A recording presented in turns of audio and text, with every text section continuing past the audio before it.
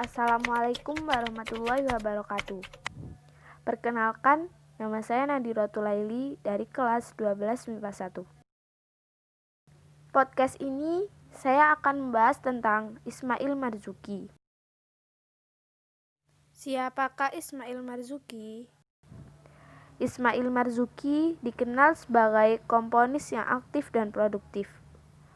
Dia lahir di Jakarta 11 Mei 1914. Karya-karyanya seolah tak akan pernah padam hingga kini. Kesyahduan lirik yang penuh jiwa nasionalis romantis, syair yang kuat, melodi yang indah, serta memiliki nilai keabadian yang tinggi adalah ciri khas hasil karya komposer pelopor senior Ismail Marzuki. Ada lebih dari 250 karyanya yang beberapa di antaranya masih sering dilantun dengarkan hingga kini. Di antaranya adalah Indonesia Pusaka, Sabda Alam, dan Juwita Malam yang dipopulerkan oleh Chrisye, Selendang Sutra, dan Sepasang Mata Bola.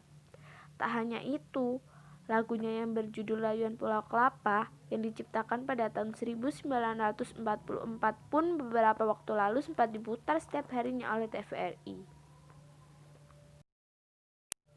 Memulai karir sebagai komponis. Lagu pertama yang dihasilkan pria yang akrab disapa Ismail ini adalah lagu O Sarina. Sebuah lagu yang bercerita mengenai kondisi kehidupan bangsa yang tertindas pada tahun 1931. Dalam bermusik, anak kampung Kuitang ini dikenal mempunyai kebebasan berekspresi, leluasa bergerak dari satu jenis aliran musik ke jenis aliran musik yang lain. Selain itu, ia juga mempunyai kemampuan menangkap inspirasi lagunya dengan beragam tema. Ia juga dikenal sebagai pemusik yang mewarnai sejarah dan dinamika musik Indonesia.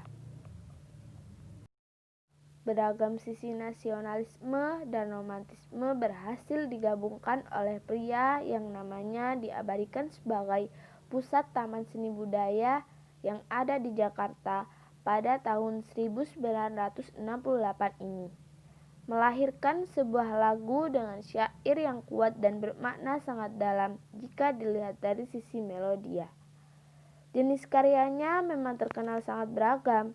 Bahkan ia juga menciptakan lagu keroncong yang ia beri judul Bandung Selatan di Waktu Malam dan Selamat Datang Pahlawan Muda. Pada tanggal 25 Mei 1958 Ismail meninggal di Kampung Bali, Tanah Abang di usia 44 tahun. Meski Ismail telah tiada, namun karyanya abadi hingga kini, seperti karyanya yang memberikan kesan keabadian. Berkat karya-karyanya yang fenomenal, Ismail mendapatkan penghargaan sebagai pahlawan nasional pada tahun 2004 setelah sebelumnya namanya diabadikan sebagai nama pusat seni yang ada di Jakarta, Taman Ismail Marzuki. Meski begitu, ada karyanya yang hingga kini masih diperdebatkan oleh masyarakat, yaitu lagu Halo Halo Bandung. Berjuang dengan senjata lagu. Meskipun dikenal sebagai seniman atau musisi, Ismail nyatanya nyaris selalu ada manakala terjadi pertempuran.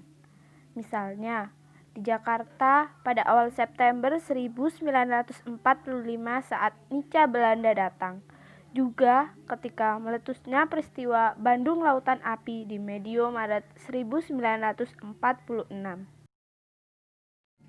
Sikap perlawanan juga pernah ia tunjukkan sewaktu Belanda mengambil alih Radio Republik Indonesia atau RRI di Jakarta dan menggantinya dengan nama Radio Omroep in Overgangstig atau ROIO pada akhir 1946. Ismail Marzuki yang memang kerap mengisi siaran musik di RRI dirayu agar mau bekerja di ROIO.